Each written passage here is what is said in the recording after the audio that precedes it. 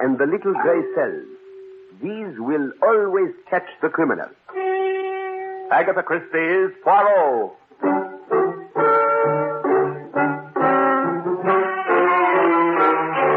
From the thrill-packed pages of Agatha Christie's unforgettable stories of corpses, clues, and crime, Mutual now brings you, complete with bowler hat and magnificent mustache, your favorite detective, Hercule Poirot, starring Harold Huber in The Deadest Man in the World.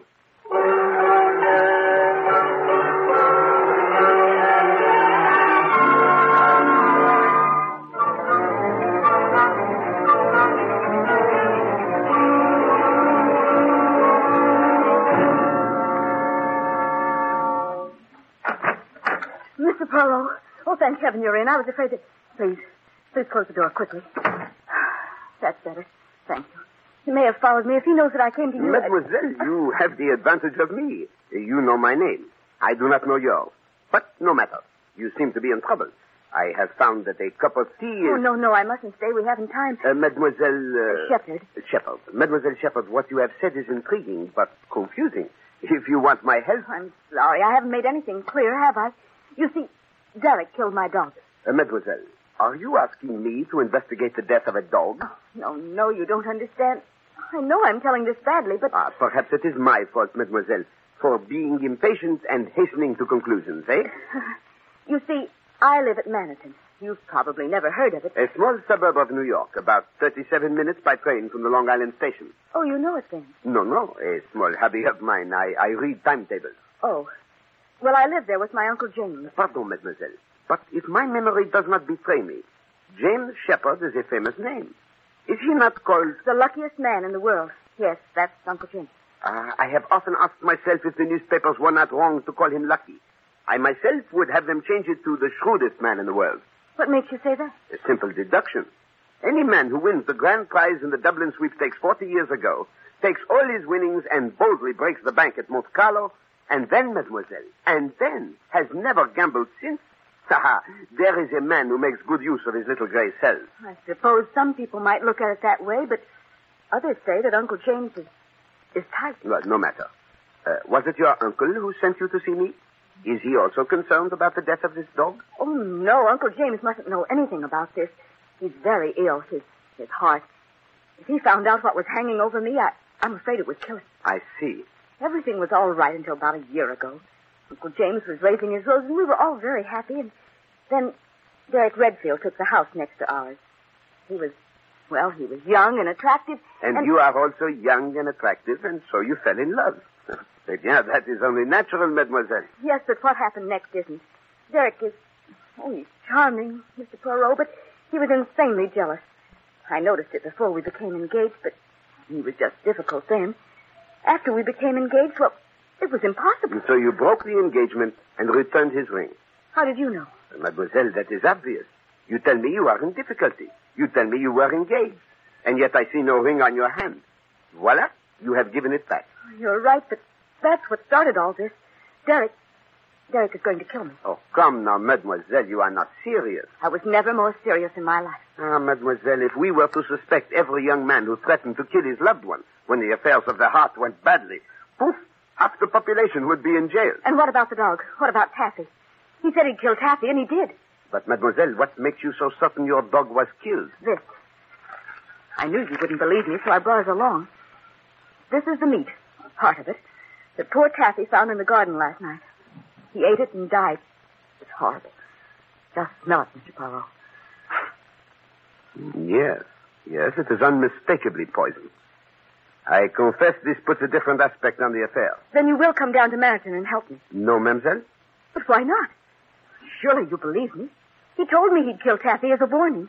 He knew I loved Taffy with all my heart, and he poisoned him. I'm frightened, Mr. Poirot. You must protect me. Mademoiselle, I am not a guard for the body. Oh, but you must, I tell you, you must. Could you not go away for a little while? No use. He'd follow me. Anyway, I can't leave Uncle James. Oh, Mr. Poirot. Have you spoken to the police about this? No, they wouldn't help me. I was depending on you. I thought you'd do something. Seems funny that somebody can be killed. Somebody can know she's going to be killed. Nobody will help her. Doesn't that seem funny to you, Mr. Poirot? Excuse me, mademoiselle. I had to do that. Hysteria is not only unpleasant, but it also accomplishes nothing. I'm sorry. Would you mind raising the shade? I'd feel better if there were a little more light. Not at all.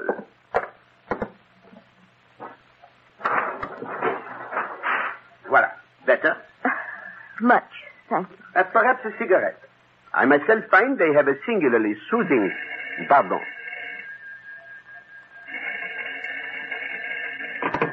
Hello, hello? Mr. Hercule Poirot? Speaking? This is a warning. If you know what's good for you, stay away from Elaine Shepherd. Who is this? Mademoiselle, Hercule Poirot has changed his mind. You may expect me at Manaton this evening. Oh, thank you. Thank you, Mr. Poirot. No thanks, mademoiselle. I do not like people who kill dogs, and above all, I do not like to be threatened.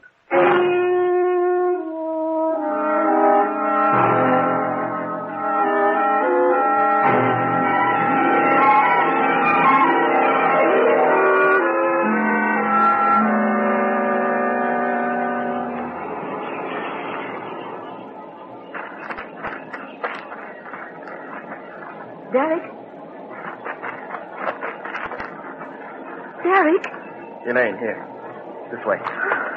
Derek. Oh, Derek, my darling. Anybody see you? Not a soul. I left the house the back way. You know no one ever comes here. Oh, Derek, why couldn't you come back with me on the train? Are you crazy?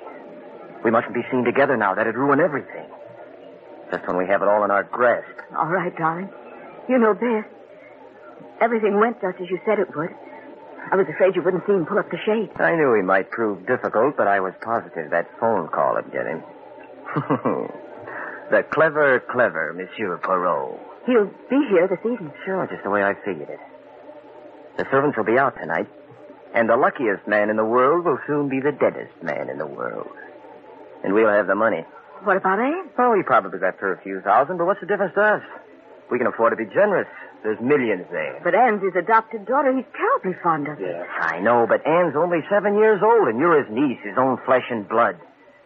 You'll see. He's left practically all of it to you. Yes. I hope you're right, Derek. What's the matter? I know we've been thinking about this for a long time, Derek, but the doctors did say that Uncle James doesn't have long to live. Couldn't we... No. We've been waiting a year now, and his luck's still holding. We might go on waiting for another 10. You don't want that, do you? No, but... We want that money now, Elaine. Now, when we're young enough to enjoy it. Oh, Derek, are you sure nothing can go wrong? There isn't a chance in the world for anything to go wrong. Unless you slipped up somewhere today. I did everything you told me to, only... Only what? Oh, I don't know. You're just nervous. Poirot's coming down, isn't he? Yes. Then that means he's fooled. I've got everything all set. You know what you have to do when you get back to the house, huh? I know. I've been through it a million times. That's a girl. When Monsieur Poirot arrives to stop me from killing you, we'll make him an accessory to another murder.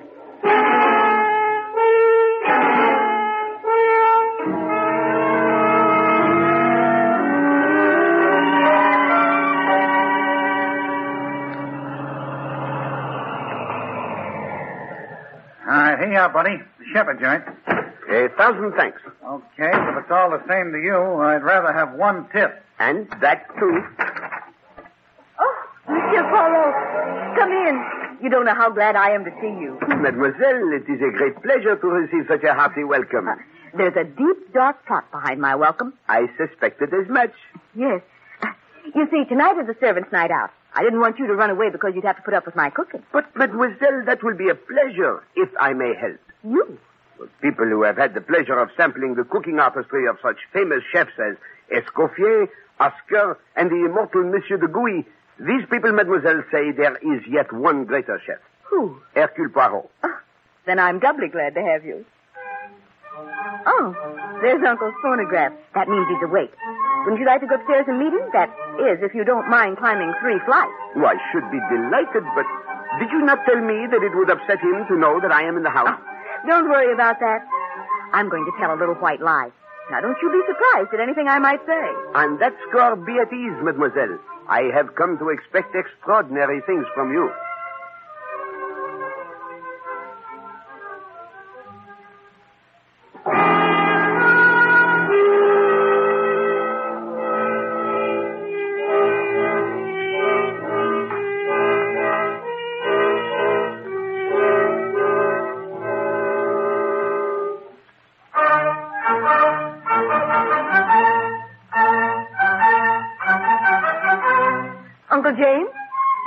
Poirot. Mr. Poirot, my Uncle James. I've heard of you, Mr. Poirot.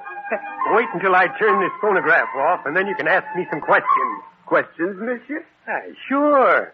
And the only reason I can see for a famous detective like you coming to Manhattan is that you suspect me of murdering someone.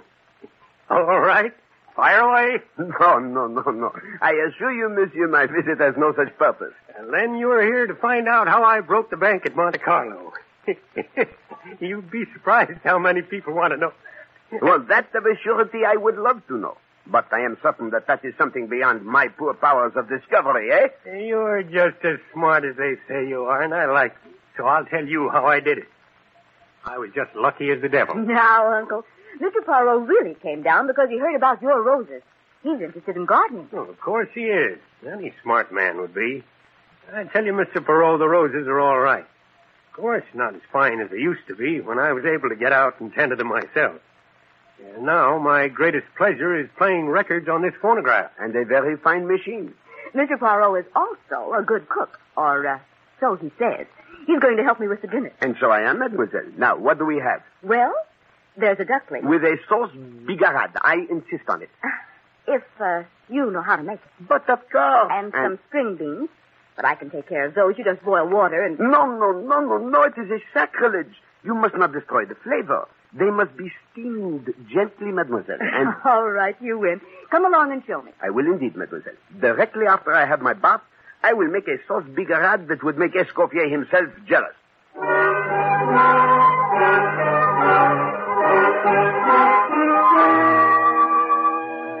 Ah, mademoiselle, I thank you for a magnificent dinner. Superb.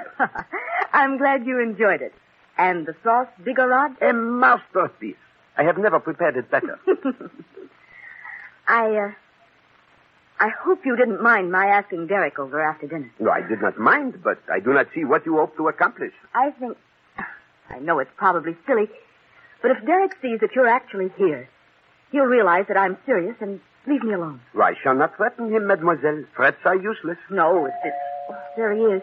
Oh, no, don't bother. I'll let him in. Elaine, I got your message. I came right over. Does it mean you forget... Who's this? May I present Mr. Hercule Poirot? This is Derek Redfield. Poirot? Well, if you did this to impress me, Elaine, you've certainly succeeded. I've heard of you, Mr. Poirot. And I of you, monsieur. Yes, I know. I can just imagine what Elaine's been telling you. You must think I'm a pretty bad sort of guy, but, you really got me in a spot, Elaine. How about a little drink to sort of help me out, huh? Would you like something, Mr. Poirot? A little sherry or port or something strong? Port will do excellently, mademoiselle. Then if you'll just press that button next to your chair, the maid will bring it. I'm too lazy to move. This one? Mm-hmm. I suppose Elaine's told you how I made a complete fool of myself and scared her half to death, Mr. Poirot. But I hope you can realize how it is when a fella's in love. Mademoiselle, it has just occurred to me. There is no maid to bring the port unless she has already... Of course, I completely forgot how stupid of me. It's only a little after 9. Servants won't be back until 11. I'll get it. Hey, what did you ask me over for? To ignore me? I was hoping that maybe we could straighten everything out tonight. I'll tell you exactly why I called you when I come back. Ah, the danse macabre, eh? Monsieur Shepard seems to have a rather morbid taste in music. Look, Mr. Poirot, you can ask me any questions you like, but I've got to convince you that I don't mean any harm to Elaine. Tell me, monsieur, you did kill her dog? Well, yes, Here we are. I hope you'll find the port to your liking, Mr. Poirot. Elaine, I just admitted that I killed Taffy, but I only did it because I love you. You know, sometimes you want to hurt the person you love. Derek, I asked Mr. Poirot to come down here to show you that I'm serious. When I tell you I never want to have anything to do with you again. I can never forgive the way you've acted. And if you make any more threats, Mr. Poirot will know how to deal with it. But, Elaine, if you'll only listen... I have nothing more to say to you, Derek. Oh, Uncle's turned off the Victrola. What time is it, Mr. Poirot? It is 9:15, mademoiselle. I'd better run upstairs and see if Uncle wants anything. Good night, Derek. But, Elaine... I said good night. Mr. Poirot, I'm desperate. Maybe you can understand the way I feel. Would you talk to her and put in a good word for me? I am afraid, monsieur, that I would find it slightly ridiculous for me to plead the suit of a man who terrifies a lady to such a degree that she seeks my services to protect herself from him. But I... Sacre bleu! Mademoiselle! Mademoiselle! It's Uncle James. He's fallen out of the window. He's dead.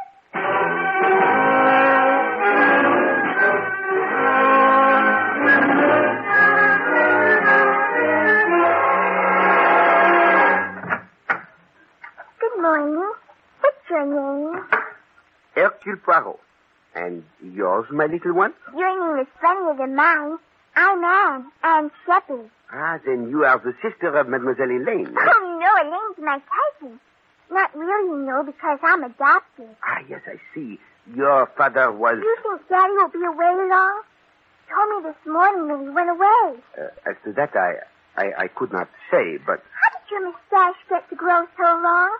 Daddy has a mustache, but not one like Dad. Ah, ma petite, very few men have. How long have you been living with your daddy? Oh, a long, long time. But you haven't told me whether your mustache is real. I assure you, my little one, it is real.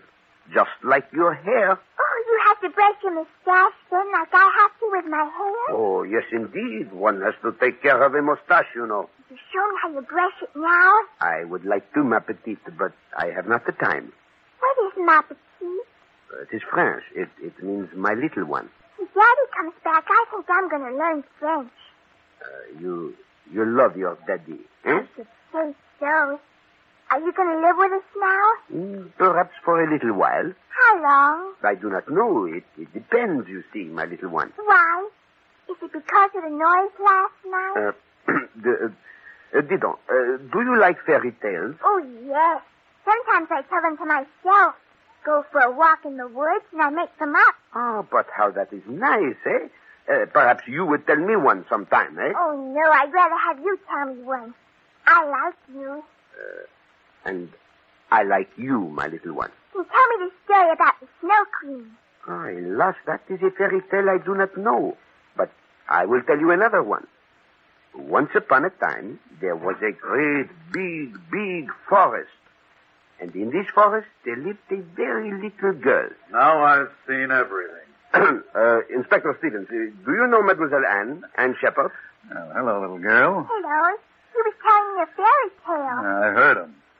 But would you do me a favor and leave me alone with Mr. Poirot for a little while? All right. If he promises to finish the story. I promise. Bye. Don't forget your promise. Well, Poirot, there doesn't seem to be any trouble about this one. No. The coroner, he has ascertained the cause of death? No question about that.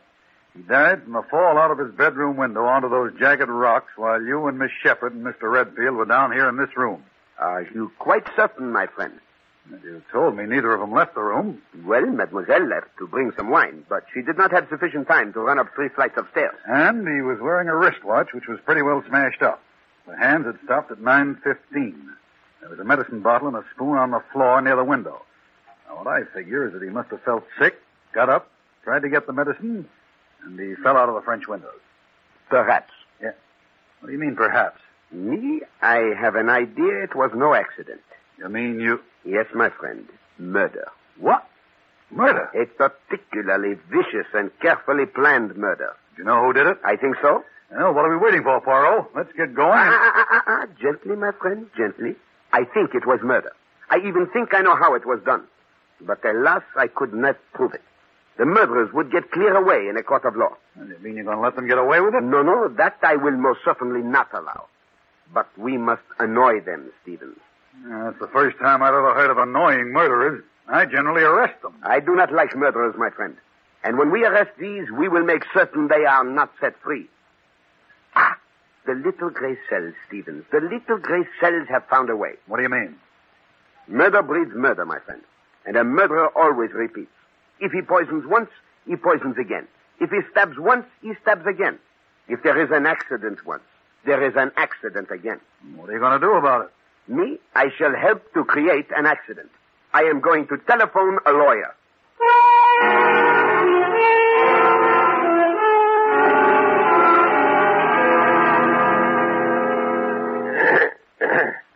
And now that we are all together, I think that we can proceed with the reading of the will. As the late Mr. Shepard's attorney, I am the trustee of the estate. I, James B. Shepard, being of sound mind and body, do him. I believe that we can skip all that. Here. All my property, both real and personal, I leave to my adopted daughter, Anne Mary Shepard, to be held in trust for her until she attains the age of 21. To my loving niece, Elaine Shepard, I bequeath the sum of $2,000. Some water, please. It appears Mademoiselle Shepherd has fainted.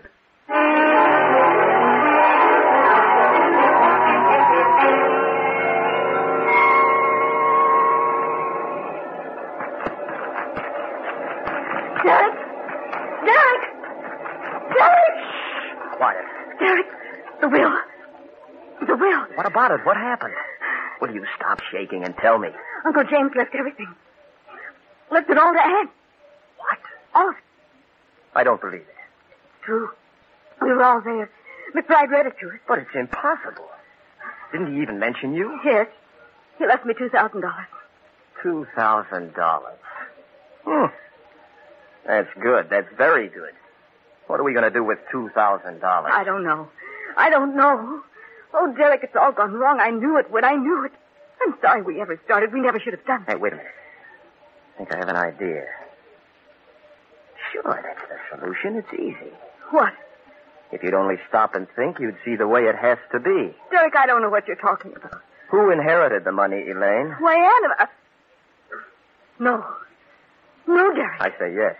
Derek, you mustn't. Listen to me. Remember what you said about planning things?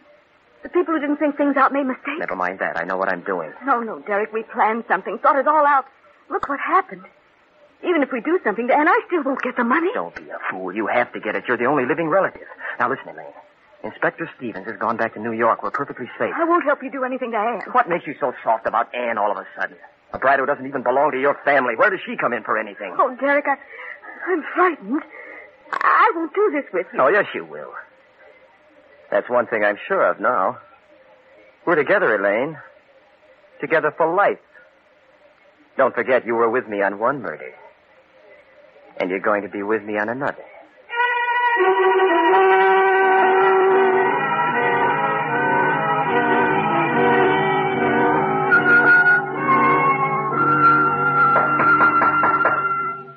Come in.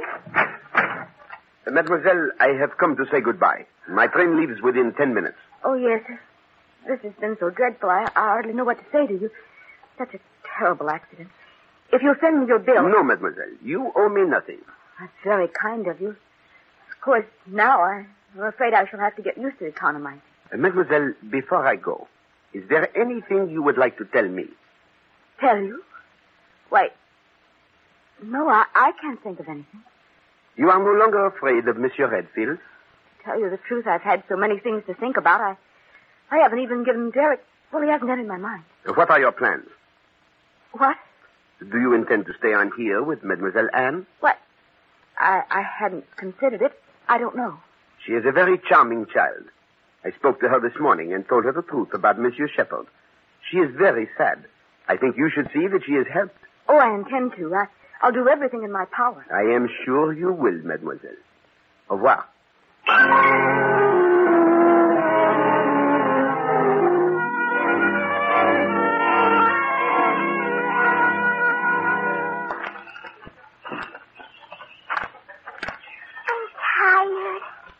Walk much more, Elaine. Oh, you've got to grow up to be big and strong. Remember, I promised you ice cream. Don't think I'd like it now. Can't we play Indian? I didn't know little girls played Indian. I didn't make it up. Roy taught me. You know Roy, Uncle Derek? No. Do so. He's a boy who lives in a big house down the road. See, this is the way we play. I run away and hide. Anne! Blast that brat. You'll frighten her. Anne, dear. Come back. Where did she go? Here I am. See, I'm very good at it. Sometimes even Roy can't find him. He's a scout. Anne, I don't want you to do that again. Yes, you might get hurt. There might be some bad men in the woods. Oh, pooh. Come here, Anne. But you're so near the edge. I said come here. No, I don't want to. Anne, did you hear me? Yes, but I don't like to. Gonna run away and hide. You're not going to run anywhere. There, I got you. Oh, Mr. Poirot. Mr. Poirot. So you didn't take the train? As you see. I am afraid that woods and flowers do not agree with me. I must have the fever of the hay. Cut it out. Pardon? That means stop trying to fool us. You're a little cleverer than I thought. A little? Oh, monsieur, for the sake of courtesy, let us say a great deal, eh? Come here, Anne. Go. Just how clever are you, Poirot? Hold still, Anne. Ah, monsieur, really. Such a transparent little plan, eh? You send a charming young lady to my apartment with a very sad tale. She is so distressed. I must protect her from this terrible fiancé. And everything prepared for me, even to the poisoned meat. This meat so strongly dosed and evil-smelling that not even a starving dog would have eaten it, monsieur. So I say to myself, these people must have a reason for wishing Hercule Poirot at Manhattan. What is it? And that evening I find out. You have murdered Monsieur Shepard. I told you. Shut up, you fool. Is that all you have to say, Poirot? And you, mademoiselle, the window shade. Did you really believe that such an old trick would deceive Hercule Poirot? You become hysterical and you need light. Oh, mademoiselle, you asked me to raise the shade, and then the so convenient telephone call. So what? You can't prove we murdered anyone. We were right there with you when Shepard died. Ah, no, monsieur. Monsieur Shepard did not die at 9:15. You killed him earlier, much earlier, before dinner, in fact, while I was bathing. That is the only possible time. It is easy to set the hands of his watch. Then you came over and played your little comedy with me. Oh, you're crazy. You heard him playing his Victrola as well as we did. I heard the Victrola, monsieur. Then if he was dead, who started it? That, monsieur, is what makes me to burn. I started it myself. When Mademoiselle Elaine asked me to press the button for the servants. After making so much bother about their being out. You simply had the wire set for that button to start the racket automatically in Monsieur Shepard's bedroom. That was supposed to prove he was alive. You removed the wires last night. All right. You have it all figured out. But you've overlooked one thing. I think not. It is not Hercule Poirot who makes mistakes. But you made one this time. This is the last bit of detecting you'll ever do because you're going over the cliff. No, Derek, no. Here, hold the kid for me. Monsieur, you are even more stupid than I thought. Yeah, this is perfect. Everyone knows the kid liked you. You went walking together and fell over the cliff. Those shoes of yours weren't made for the country. Another accident. I think not. Give me the child, mademoiselle. This is it. All right, Inspector. I believe you've heard enough. There we are, Redfield. You haven't a chance. Oh, you little smart aleck. You'd never have proved a thing if the will hadn't left all that money to that brat. You couldn't have proved it. Precisely, monsieur. That is why I induced the lawyer to read a false will. The real one left everything to Mademoiselle Elaine.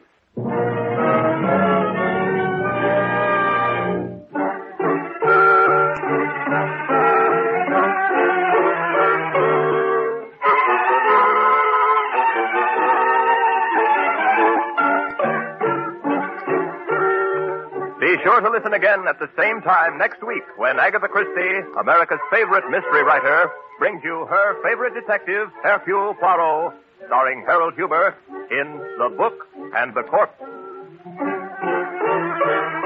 Agatha Christie's Poirot is directed by Carl Eastman. This is the Mutual Broadcasting System.